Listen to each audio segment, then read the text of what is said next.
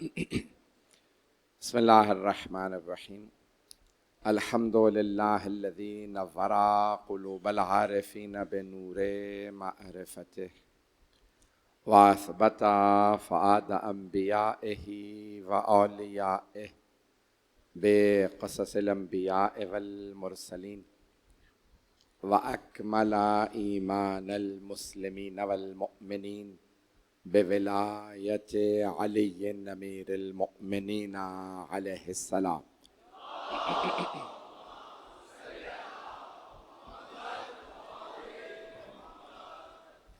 والصلاة والسلام والتحیۃ والاکرام علی افضل الموجودات العابد المؤید والرسول المسدد المصطفى الامجد المحمود الاحمد اعنی ابا القاسم محمد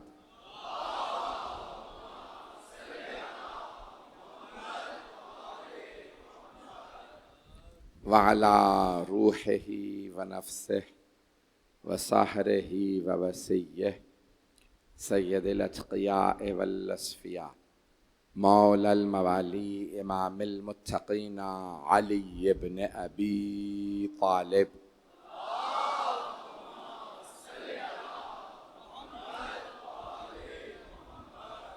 وعلی اوصیائہ لا سیما بقیت اللہ فی الارضین روحی وارواح العالمین لتراب مقدمہ الفدا واللعنۃ الدائمۃ على أعدائهم أجمعين من الآن إلى قيام يوم الدين.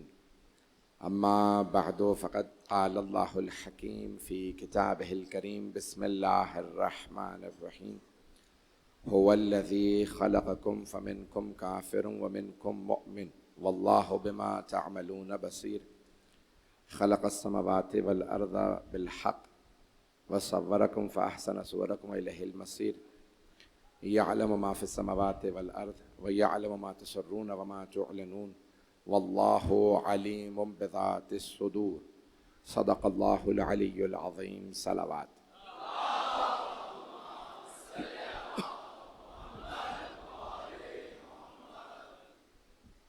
عزیزان گرامی، میں نے جس موضوع کو عنوان قرار دیا تشریح کے لیے کمال انسانیت، میں نے چند ابتدائی بحثوں کو کل آپ کی خدمت میں پیش کیا تھا کہ انسان میں اللہ نے مختلف صلاحیات دی ہیں. اس میں ایک قوہ غضبیہ ہے جس پہ اگر قابو آ جائے تو انسان عادل بنتا ہے، اور اگر اسے اپنے قابو سے باہر جانے دے تو ظالم بن جاتا ہے. بہت زیادہ مسلط کر لے قوہ غضبیہ کو تو بزدل بن جاتا ہے. اسلام میں نہ بزدلوں کی جگہ ہے نہ ظالموں کی جگہ ہے. اسلام میں عادلوں کی جگہ ہے، بہادروں کی جگہ ہے اور سخی افراد کی جگہ ہے. تو انسان کو بہادر بننا ہے اسلام میں. اور جو بھی اپنے اندر کبھی بزدلی محسوس کرے تو نعرہ حیدری لگائے، خود بخود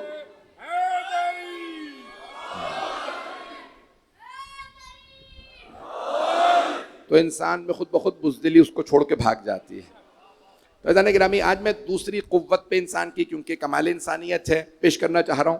قوہ عاقلہ، یہ جو اللہ نے انسان کی عقل دی ہے، اگر انسان اس کا صحیح استعمال کرے تو عقل مند بن جاتا ہے، اگر اس کو استعمال نہ کرے تو بے وقوف ہو جاتا ہے، اور اگر ضرورت سے زیادہ استعمال کر لے تو مکار ہو جاتا ہے. میرے جملے پہنچ رہے ہیں؟ اسلام میں نہ مکاروں کی جگہ ہے نہ عیاروں کی جگہ ہے، اور بے وقوف اگر سادہ ہو تو کوئی حرج نہیں. یہ اس کو کہتے ہیں بلہا، عربی میں کہتے ہیں نا بہل. حضرت بہلول دانا سادگی میں سب کچھ کہہ جاتے تھے. سادگی اور بے وقوفی میں فرق ہے. بے وقوف اسے کہتے ہیں کہ جو دیکھتے ہوئے بھی حقیقت کو نہ پہچانے. چلے میں آپ کی سادہ زبان میں پیش کر دیتا ہوں. اردو میں ہم کہنا چاہتے ہیں نا یہ بے وقوف ہے تو ہم کہتے ہیں بدھو ہے. لفظ سنا ہے آپ نے کبھی؟ تو کہنا چاہتے ہیں نا کہ یہ بہت ہی بے وقوف، کہتے ہیں بہت ہی بدھو ہے. کبھی آپ نے سوچا اسے منگلو جمعراتو نہیں کہتے، بدھو کہتے ہیں بے وقوف کو. یہ اسے بدھو کہتے ہیں جسے جمعے اور بدھ میں تمیز نہ ہو.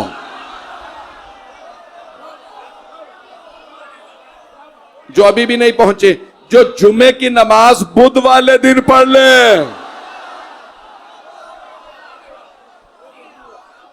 جو حضرات پہنچ گئے آپ سلامت رہیں حضرات. عزیزان گرامی، جس نے نماز کا نام ہے نماز جمعہ، اور لفظ جمعہ عربی کا لفظ ہے. قرآن میں سورہ جمعہ ہے اور اس کے اندر ہے نماز میں یعنی آیت جمعہ. توجہ، جس میں اذا نودی للصلاۃ من یوم الجمعہ تھے. تو اب وہاں پہ اس نے بدھ کے دن جمعے کی نماز پڑھائی، اور پڑھانے والے نے ایک مرتبہ کوفے کا رخ کیا، کہا یا علی، جو بدھ میں اور جمعے میں فرق نہیں کرتے وہ تجھ میں مجھ میں کیا فرق کریں گے. آج تک اس والے بھٹک رہے ہیں، علی والے بیٹھے ہیں.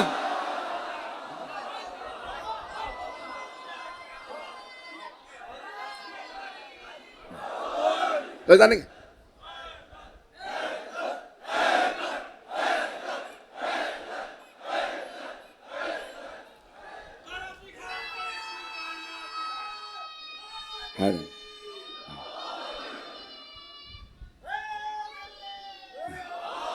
بھائی، بہت زیادہ وقت نہیں، میں جتنا وقت لوں گا سارے مجمع کی توجہ میرے ساتھ رہے.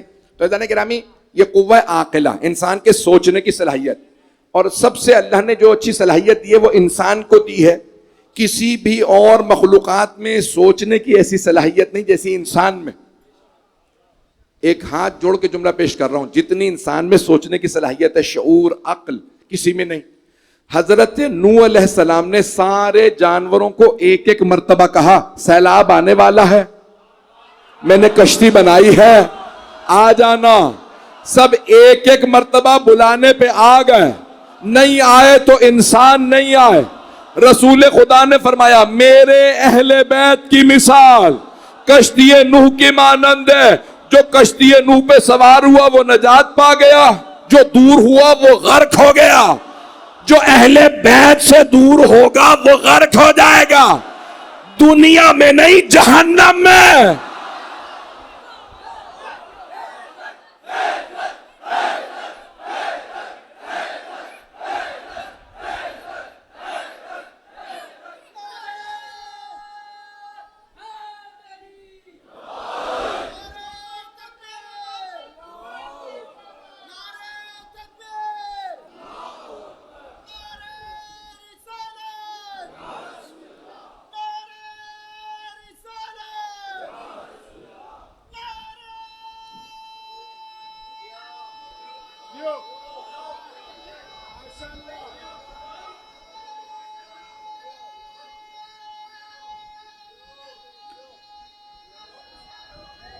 سب مل کے جواب دیں. توجہ فرما رہے ہیں عزیزان گرامی؟ میرے یہ جملے پہنچ رہے ہیں میرے بچوں تک. میرے بھائی، میرے بزرگ، ان الفاظ پہ غور کر لیجئے. قوہ عاقلہ سب سے بڑی صلاحیت ہے. بہت سے افراد، میں ایک بہت ہی پیچیدہ موضوع اس کو آسان بنا کے پیش کرنے کی کوشش کر رہا ہوں. بہت سے افراد، بہت سے ادیان، بہت سے مذاہب آپ کو دعوت دیں گے اور کہیں گے عقل کو ایک طرف رکھو، دین عقل سے سمجھ نہیں آتا. جو میرے بہت سے بھائی بچے پہنچ گئے، عیسائی، کرسچنز، وہ کہتے ہیں عقل سے نہ سوچنا عیسیٰ اللہ کا بیٹا کیسے ہے. عقل سے سوچو کہ سمجھ نہیں آئے گا، بس صرف محبت سے سوچنا، سمجھ آ جائے گا عیسیٰ اللہ کا بیٹا ہے. توجہ، ایسے ہی بہت سے مسلمان کہتے ہیں کہ بھئی ہم جو بتا رہے ہیں یہ بزرگ ہے، عقل نہ لڑاؤ، عقل استعمال نہ کرنا، ہم بتا رہے ہیں یہ بزرگ ہیں، انہیں مان لو. چھٹے امام نے فرمایا ہے، امام نے کہا نحن عبید الدلیل. میرے تمام شیعوں سے کہہ دینا کبھی عقل کو الگ نہ کریں، ہمیشہ عقل کو ہاتھ میں رکھیں. یہ نہ کہنا ہم نے عقل کو چھوڑ کے مان لیا. عقل کو چھوڑو گے تو علی چھوٹ جائے گا. عقل ہاتھ میں رہی تو علی سمجھ آئے گا. بے وقوفوں کو علی نظر نہیں آتا. ابھی نہیں، ابھی نعرہ نہیں. تو میں جو جملے پیش کر رہا ہوں چلتے رہیے گا. تھوڑا سا پیچیدہ اور علمی موضوع ہے. قوہ عاقلہ، با کمال آدمی عقل کو کبھی کہتے نا کنارے رکھ دو، چھت پہ رکھاؤ. عامیانہ زبان کے اندر بہت سے الفاظ استعمال کیے جاتے ہیں کہ اوپر والی منزل کو ہوا لگاتے رہا کیجیے. عزیزان گرامی، عقل کو چھوڑا. 1400 سال بعد جو کربلا میں حق و باطل کی تمیز کرے وہ عقل مند ہے، اور عقل مند ہی کربلا کے راستے پہ آتا ہے. اور جو عقل کو رہنے دے اسے کوئی سمجھ نہیں آتا یزید صحیح تھا یا حسین حق پہ تھے، 2 نام لے دیے ہیں، باقی نام میں لوں گا نہیں. عزیزان گرامی، چلے میں ہاتھ جوڑ کے پیش کر ہی دیتا ہوں، اب آپ خاموش بیٹھے مجھے مجبور کر رہے ہیں. عزیزان گرامی دیکھیں، علی سورج سے زیادہ روشن ہے، چاند سے زیادہ خوبصورت ہے، شیر سے زیادہ بہادر ہے. میں نے 3 ہی مثالیں دی ہیں. اگر پھر بھی کسی کو علی نہ ماننے میں نہیں.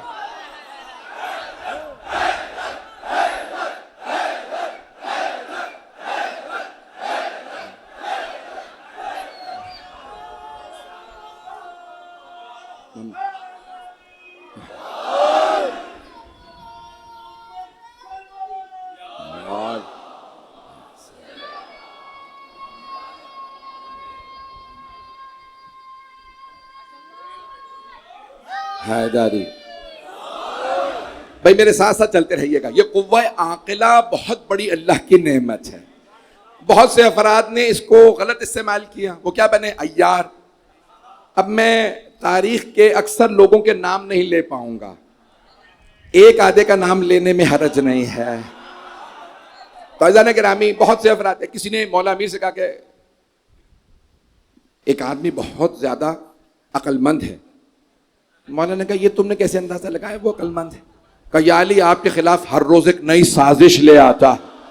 مولانا نے فرمایا تلک حیلتن، وہ مکر و فریب ہے. العقل ما عبد بہ الرحمن واکتسب بہ الجنان. عقل وہ ہے جو رحمان کی عبادت سکھائے اور جنت تک پہنچائے. عقل وہ ہے جو رحمان کی عبادت سکھائے اور جنت تک پہنچائے. جنت کا راستہ صرف علی سے ہو کے جاتا ہے. اگر کوئی علی کو چھوڑ کے جنت کا خواب دیکھ رہا ہے اسے جگا دو، پوچھو کون سا نشہ کیا تھا تجھے علی سمجھ نہیں آیا؟ رہیے گا.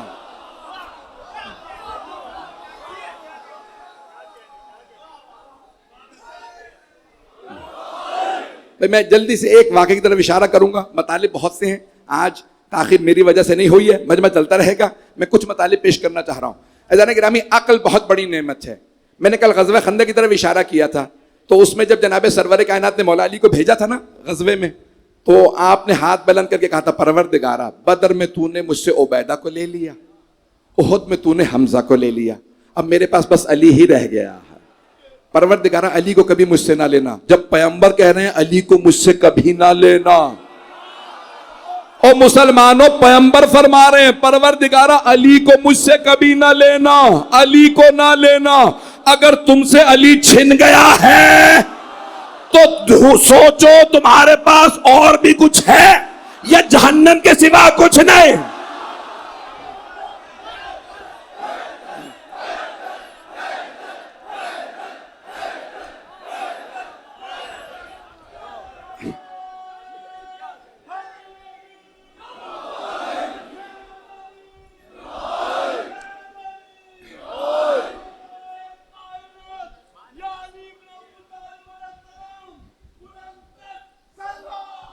اللہم صلی محمد وعلی محمد.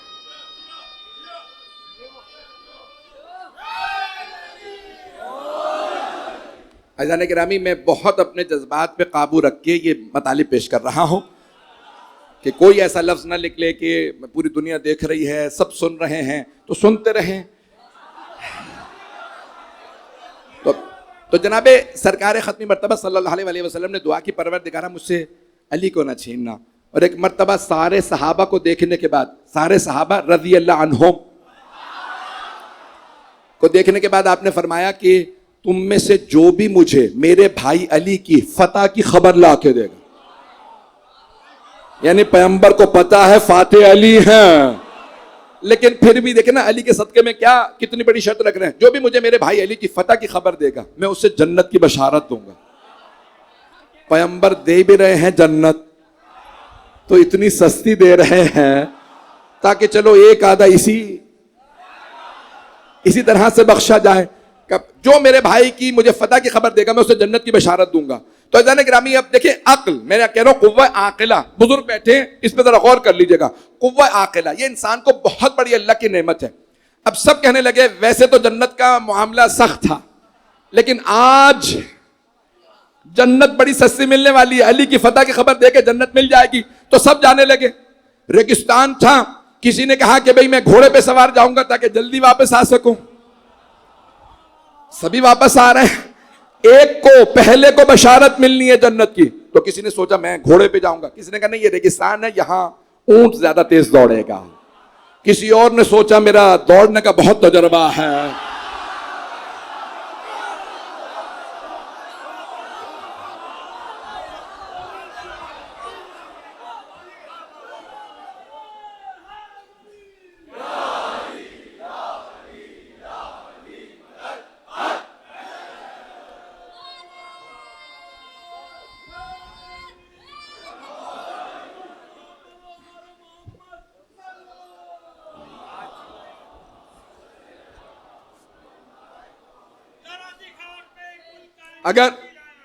اگر درخواست کروں، یقین مانیے اگر ابھی نہیں پڑتی ہے اور بھائیوں کی گنجائش.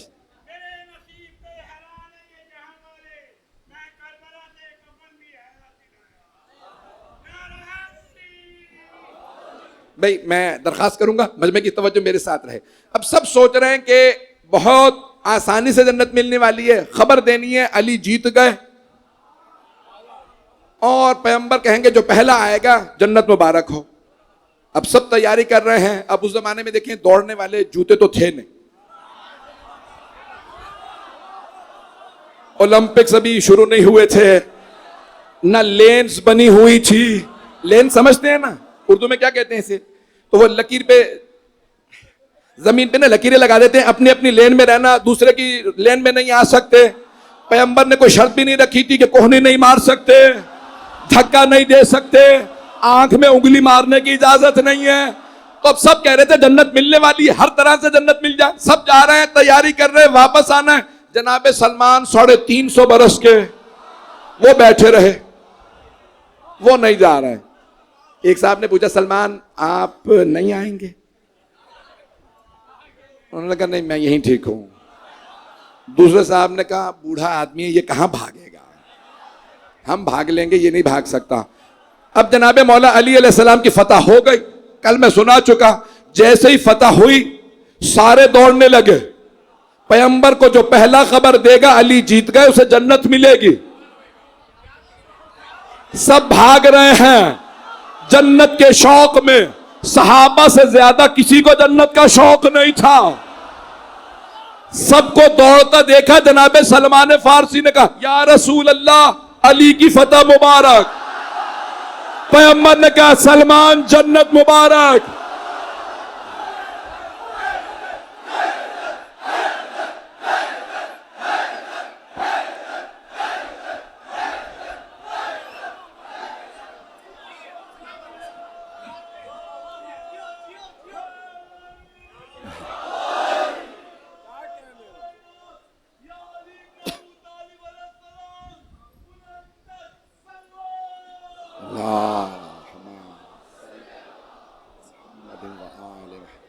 توجہ فرما رہے ہیں عزیزان گرامی.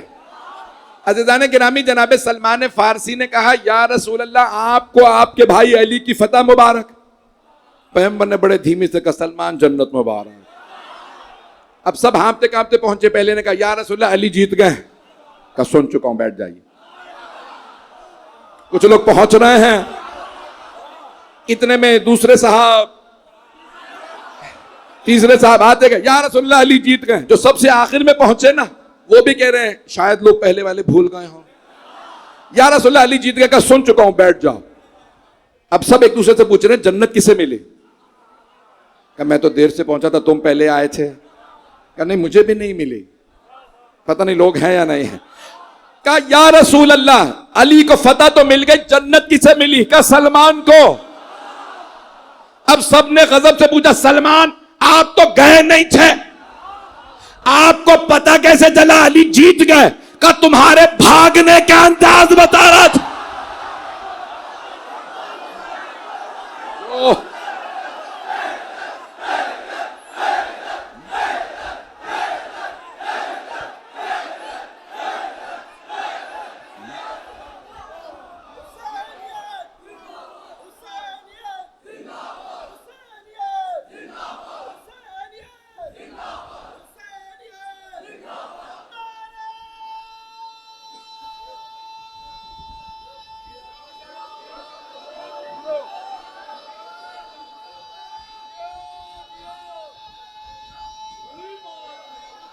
سب مل کے جواب دیں گے.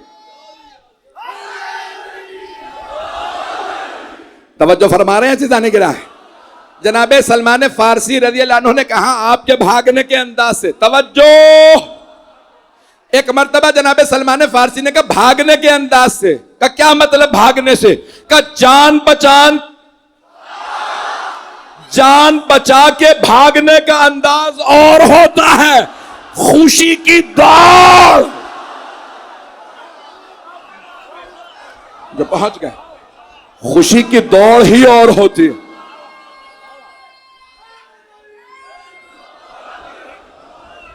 میرے جملے پہنچ رہے ہیں میرے بھائیوں تک، میرے بچے غور کر رہے ہیں. قوہ عاقلہ کو کبھی اس سے دستبردار نہ ہوئیے گا. عزیزان گرامی جو بھی عقل سے دیکھے گا، میں چند ایک مثالیں دوں گا.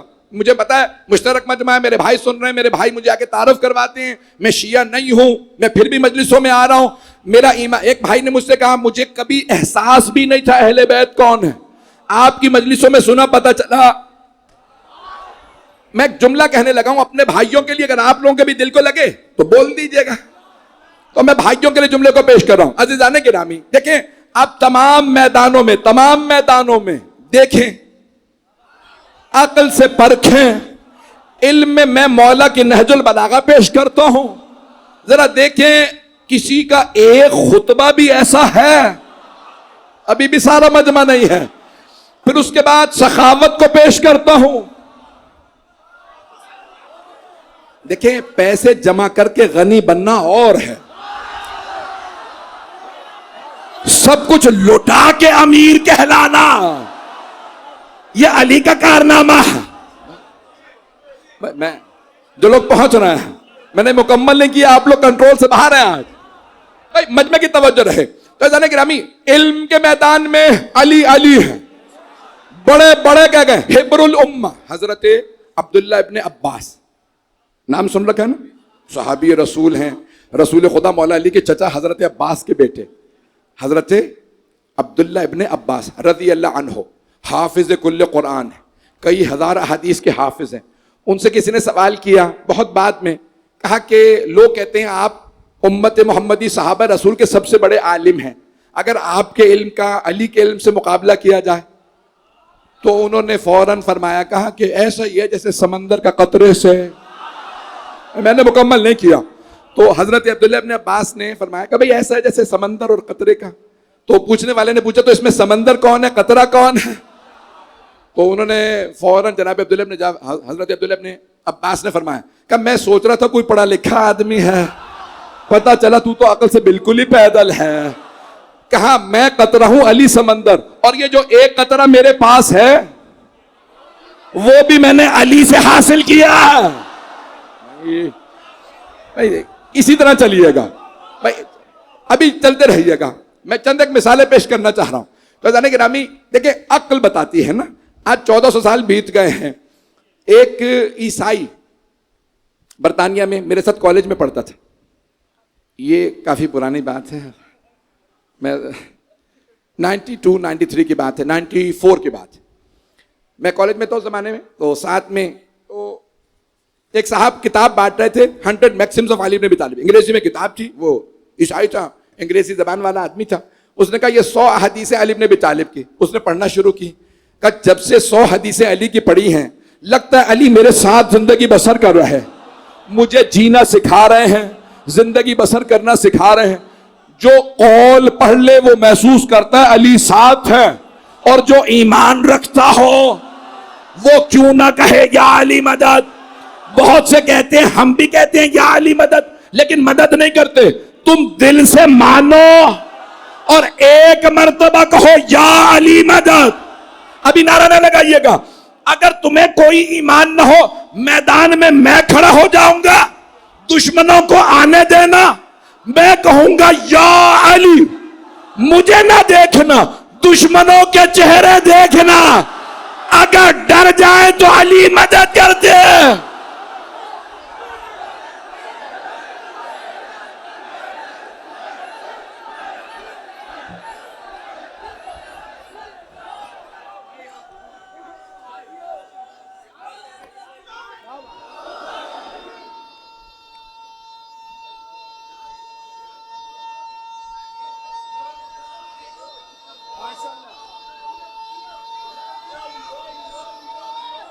حیدر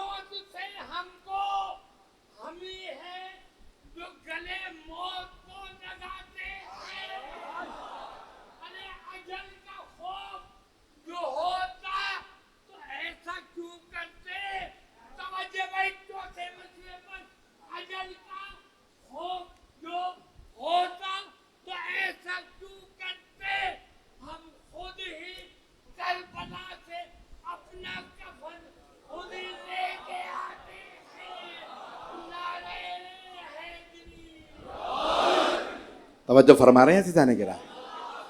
عزیزان گرامی، عقل سب سے بڑی کسوٹی ہے.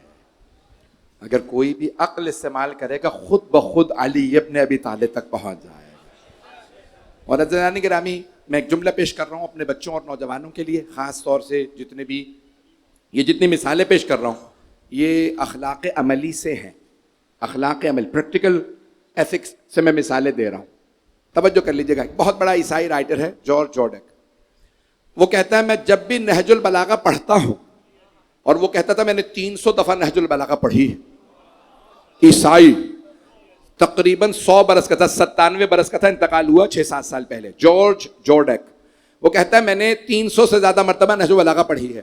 جب بھی نہج البلاغہ پڑھتا ہوں تو ایک سوال کرتا ہوں کہ اگر کہوں کہ علی عیسیٰ سے افضل ہیں یا عیسیٰ علی سے افضل ہے، اگر کہوں علی عیسیٰ سے افضل ہے تو میرا دین اجازت نہیں دیتا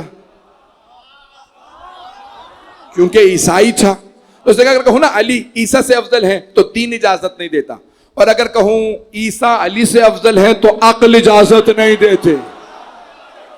اگر میرا جملہ پہنچ جائے، عقل کو کبھی بالائے طاق نہ رکھیے گا. جو عقل کو مانتا ہوگا وہ اہل بیت تک پہنچ جائے گا. عزیزان گرامی، یہ عقل ہے جس نے ہمیں آل محمد کا غلام بنایا ہے. یہ عقل ہے جو ہمیں یہاں تک لے کے آئی، اور ہماری عقل کہتی ہے اس در کو نہ چھوڑنا. عزیزان گرامی، میں اگر چند ایک مثالیں دینا چاہ رہا ہوں. کچھ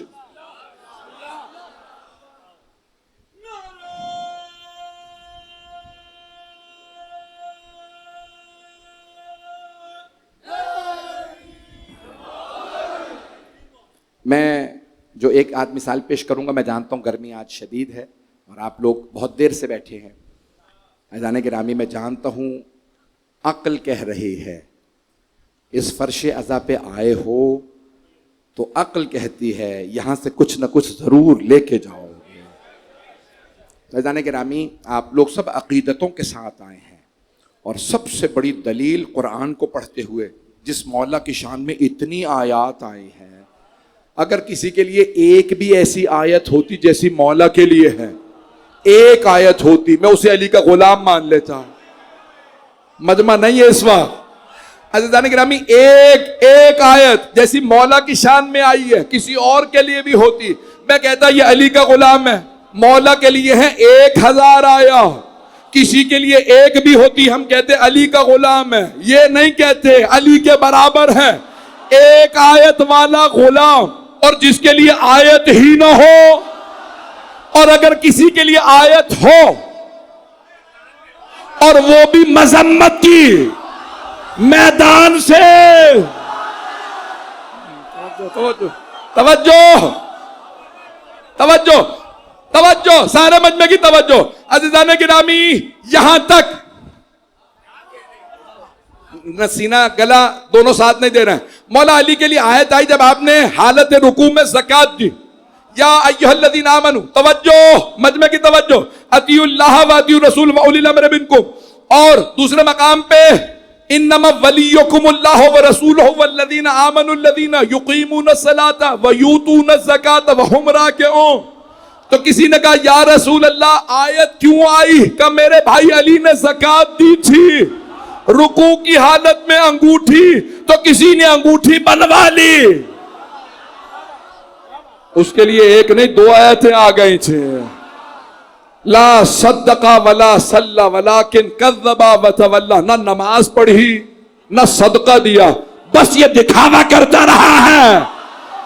عزیزان گرامی قرآن سب سے بڑی دلیل ہے، جس علی کے لیے 1000 آیات آئی ہیں، عقل کہتی ہے اس علی کو نہ چھوڑنا، سودا اتنا خسارے کا ہے، جاؤ گے علی سے دور تو ایسے گڑھے میں گرو گے پھر نکل نہیں سکو گے، ایسوں کا دامن نہ تھامنا جو جہنم لے جائیں، ایسے کا دامن تھامو جو صراط پہ کہے میں لے کے جاؤں گا، میزان پہ کہے میں لے کے جاؤں گا، حساب میں کہے میں۔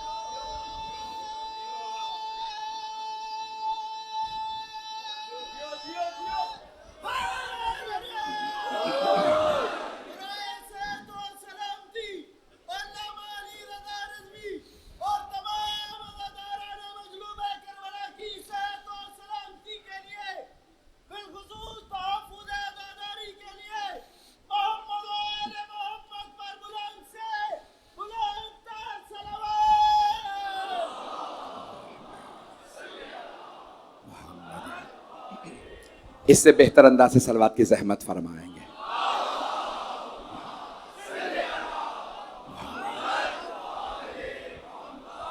عزیزان گرامی سب سے بڑا ہمارے لیے نزدیک میزان کرائیٹیریا عقل ہے۔ کسی کا کوئی فرمان دکھا دیجئے، میرے مولا کی جو چھوٹی چھوٹی حدیث ہے نا کہ راہ چلتے ہوئے گھوڑے پہ سوار ہوتے ہوئے راستے میں روک کے کسی نے پوچھا، وہ اتنی بڑی ہے کہ ساری امت جمع ہو جائے تو سوچ کے نہیں بنا سکتی۔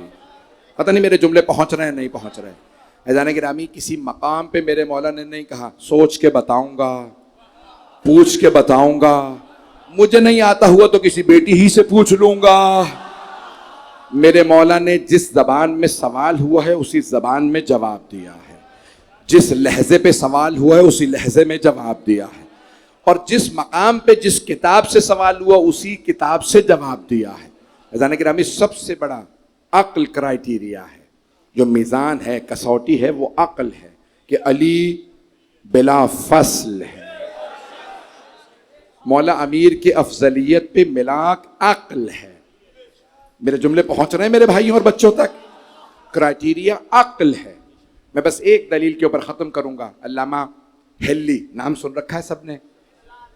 700 برس پہلے بہت بڑے شیعہ عالم گزرے ہیں، جن کا مناظرہ بھی ہوا تھا ایران میں بلا کے۔ اس زمانے میں بادشاہ بھی شیعہ نہیں ہوا تھا، تو اس نے سب سے بڑے اس زمانے کے جو مسلمانوں کے عالم تھے، نام تھا ابن کثیر. نام سن رکھا؟ ابن کثیر. بہت لمبا چوڑا عالم تھا. علامہ ہلی بہت پتلے دبلے چھوٹے سے قد کے تھے. تو جب پہنچے بادشاہ سے، بادشاہ نے کہا بھئی آپ ان سے مناظرہ کیجئے ابن کثیر. تو ابن کثیر نے ایک جملہ کہا میں سن رہا تھا حسن ابن یوسف ابن مطہر الحلی پتہ نہیں کتنا لمبا چوڑا عالم دین ہوگا، تم تو بہت ہی پتلے دبلے سے ہو. تو علامہ ہلی نے کہا تھا انا ابن واحد وانتا ابن کثیر، میں ایک کا بیٹا ہوں، تو ابن کثیر ہے.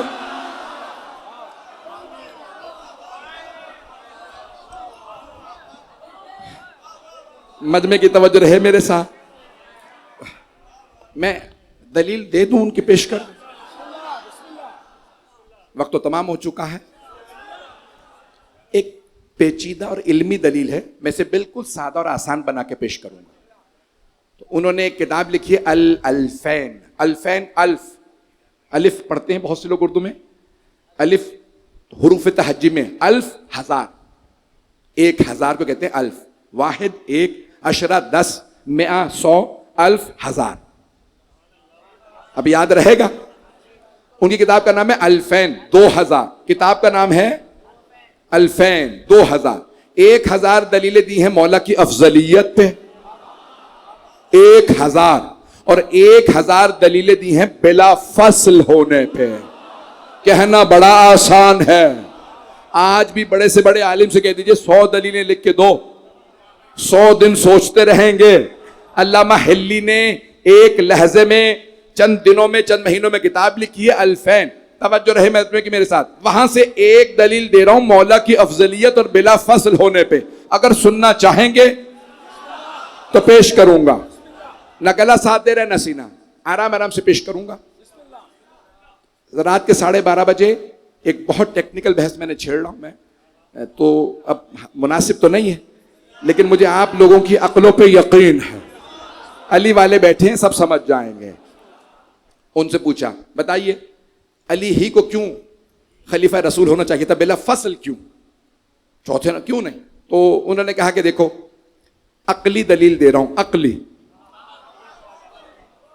یا جانشین رسول خدا پہ ضروری، لازم و ضروری ہے کہ وہ گناہ کرے، یا ممکن ہے گناہ کرے، یا ناممکن ہے. عقلی لحاظ سے چوتھا امکان ہے ہی نہیں. دوبارہ سن لیجئے، میں وضاحت کروں گا. مجھے پتا 12:30 بجے بول رہا ہوں، وضاحت کرنا ہے. میرا آپ سے وعدہ ہے، جو سمجھ جائے گا پوری زندگی کو اسے ولایت علی پہ ہلا نہیں سکتا. میرا وعدہ ہے آپ سے. علامہ ہلی مولا امیر کے قدموں میں دفن ہیں. جب آپ نجف جائیں گے نا تو وہاں قریب میں ایک ستون کے نیچے ان کی قبر ہے. جملوں کو دوبارہ سنیے گا. علامہ ہلی سے کہا بلا فصل ہونے کی دلیل کیا ہے؟ کیوں مانے ہم کہ علی بلا فصل ہیں، کوئی نہیں آ سکتا علی کے سوا پیغمبر کی جگہ پہ. جو لوگ پہنچ رہے ہیں سن لیجیے. انہوں نے کہا یا تو لازمی ہے کہ جانشین رسول خدا گناہ کرے، لازمی. اگر کہو لازمی ہے گناہ کرے گا تو پھر تو امت سے بدتر ہے. کیوں؟ امت پہ ممکن ہے گناہ کرے، ممکن ہے گناہ نہ کرے. اگر جانشین پہ لازمی ہے گناہ کرے تو امت سے بدتر ہے. جو امت سے بدتر ہو وہ امت کا امام نہیں ہو سکتا، کیونکہ اس پہ لازمی ہے. دوسرا، ممکن ہے گناہ کرے، ممکن ہے گناہ نہ کرے. تو علامہ ہلی نے کہا اگر ممکن ہے کہ گناہ کرے تو امت جیسا ہے. جو امت جیسا ہو اسے کیا حق ہے کہ امت کی امامت کرے؟ پہنچ رہے ہیں؟ دوبارہ وضاحت کروں. یا لازمی ہے گناہ کرے تو امت سے بدتر، امت کی پیشوائی کا حق گیا. یا ممکن ہے گناہ کرے تو امت جیسا. جو امت جیسا ہی ہے اسے کیوں حق ہے کہ امت کی پیشوائی کرے؟ حق تو نہیں ہے. کیوں؟ کیونکہ ہم ہی جیسا ہے. جو ہم ہی جیسا ہو وہ پیغمبر کی جگہ کیوں آئے گا؟ تیسرا، ناممکن ہے گناہ کرے، بھئی اسی کو حق ہے امامت کرے. جس پہ ناممکن ہو گناہ کرے وہی معصوم ہوتا ہے. علی کے سوا امت محمدی میں کوئی معصوم نہیں. جب معصوم نہیں تو کسی کو حق نہیں پیغمبر کی جگہ بیٹھے سوائے علی کے.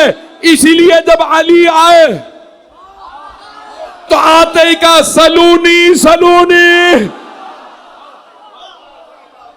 بات ہے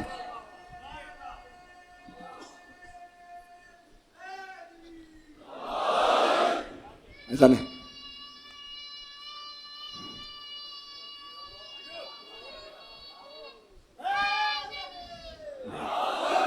اچھا جانے کا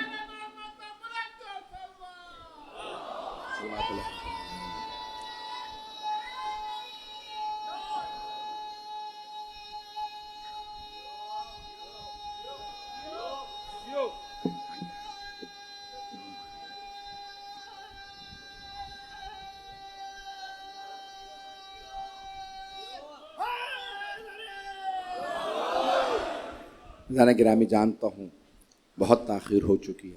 آج بھی اگر کوئی آدمی صرف مولا علی کے کلام کو پڑھ لے تو علی تک پہنچ جائے گا. صرف احادیث مختصر سی ایک دو مولا کی پڑھ لے تو اسے یقین ہو جائے گا کہ علی علی ہے. جارج جارڈک ایک جملہ اسی پہ تمام. وہ کہتا ہے جب بھی میں علی کا خطبہ پڑھتا ہوں نا خلقت کائنات سے متعلق تو مجھے یقین ہو جاتا ہے یا علی نے کائنات بنائی ہے یا بنتے ہوئے دیکھی ہے. اتنی باریکی سے کوئی نہیں بتا سکتا سوائے علی کے. عزیزان گرامی آج علی کے علی پوتے کی شہادت ہے. میں جانتا ہوں لوگ بہت بہت دور سے آئے ہیں. بہت تپش ہے, بہت گرمی ہے. میرے سر پہ پنکھے بھی ہیں, اے سی بھی لگایا گیا ہے, پھر بھی میرا پورا بدن نچڑا ہوا ہے. جو میرے بھائی کھڑے ہیں, جو میری مائیں بہنیں, جو میری بیٹیاں بچوں کو گودوں میں لے کے کھڑی ہے, یہ عقل کہتی ہے علی اکبر کا حق ہے ہم ان پہ گریا کریں. کوئی جوانی میں مرنا نہیں چاہتا, کوئی نہیں کہتا میں جوان ہوں میں مر جاؤں, لیکن جناب علی اکبر کہتے تھے میں اپنے بابا پہ قربان.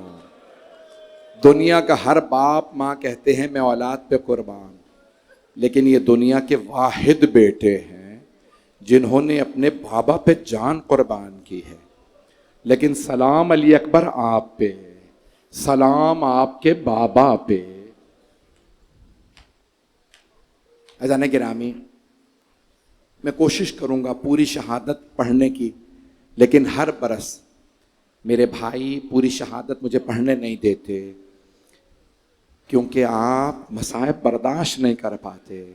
ایک سوال کروں جوانوں سے, میرے بچوں آپ لوگ صرف مصائب سنتے ہیں اور آپ سے برداشت نہیں ہوتے مصائب.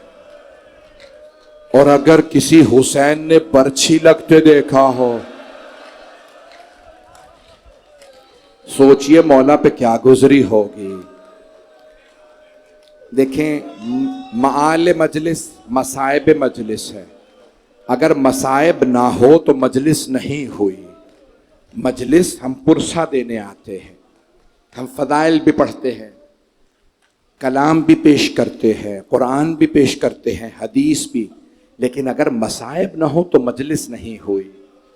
بھئی آج میں اس جوان کے مصائب پیش کر رہا ہوں جن کی عظمتوں پہ چھٹے امام نے 3 مرتبہ سلام کیا ہے.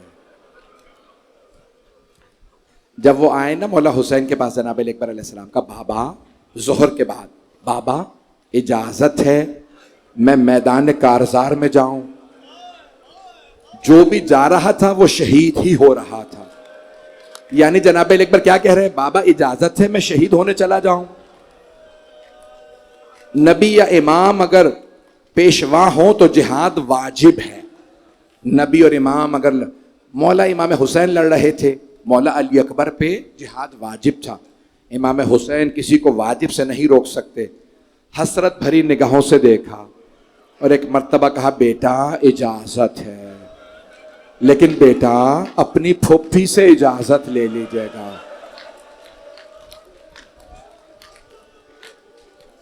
جناب علی اکبر خیموں میں آئے. سب سے پہلے مولا سجاد کے خیمے میں گئے. مولا سجاد ایک چٹائی پہ لیٹے ہوئے تھے.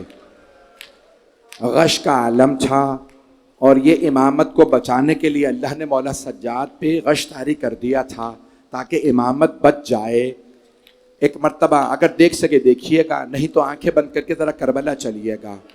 حضرت علی اکبر نے مولا سجاد کے ہاتھ سے چومنا شروع کیا اور چومتے ہوئے پیشانی تک آئے. جیسے ہی پیشانی کو چوما حضرت علی اکبر کے آنسو بہنے لگے. شاید سوچ رہے ہوں گے جناب علی اکبر آپ تو ابھی شہید ہو کے جنت میں چلے جائیں گے, لیکن بھائی کو درباروں میں, بازاروں میں پھپھیوں کے ساتھ جانا پڑے گا. شرابی کا دربار ہوگا, سید سجاد ہوں گے.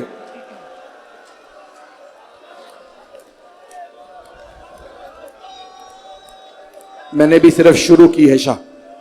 میری درخواست ہے جب تک میں نہ اشارہ کروں تب تک تابوت نہ لائیے گا.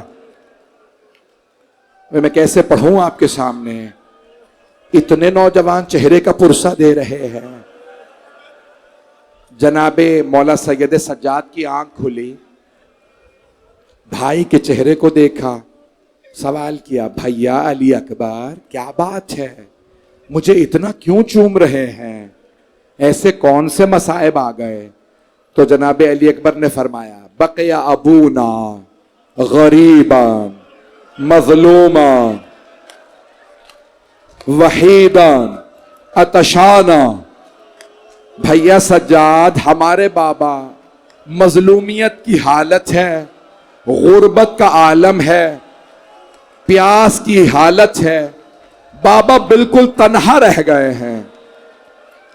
اے بھیا سجاد میں بابا پہ قربان ہونے جا رہا تھا, آپ سے وداع کرنے آیا ہوں.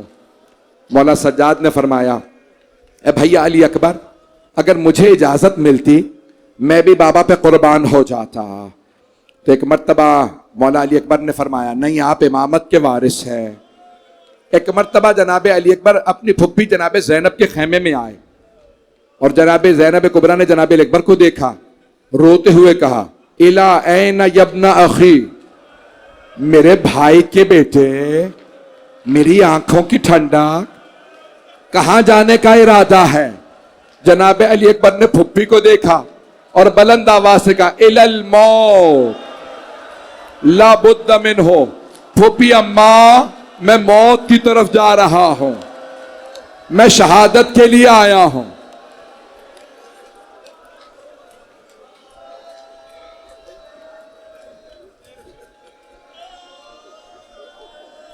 بس بھائی ضیاء بھائی تشریف لا چکے ہیں, وہ میرے بعد وہاں پڑھیں گے.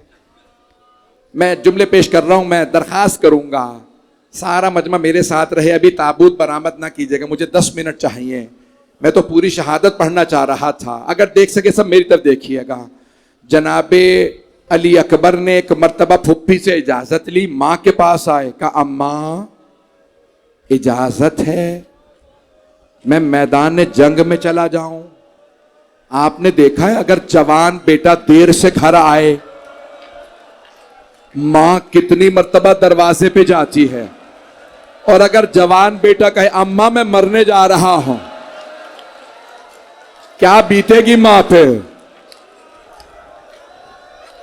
جناب لیلا نے ایک جملہ کہا علی اکبر, روکا نہیں جناب لیلا نے, بس ایک جملہ کہا, علی اکبر بیٹا میرا آپ کے بغیر گزارا نہیں ہے, بیٹا میں آپ کے بغیر مر جاؤں گے. صراحتاً نہیں کہا میں اجازت نہیں دے رہے, ڈھکے چھپے الفاظ میں کہا علی اکبر میں مر جاؤں گی آپ کے بغیر. جناب علی اکبر نے کہا اماں اب میں آپ سے اجازت نہیں مانگوں گا, لیکن اماں میں ایک بات کہوں آپ سے, اماں اگر روز قیامت میری دادی فاطمہ الزہرا نے آپ سے سوال کر لیا لیلا میرا حسین تو مارا گیا، آپ نے اپنے علی اکبر کو روک لیا تھا۔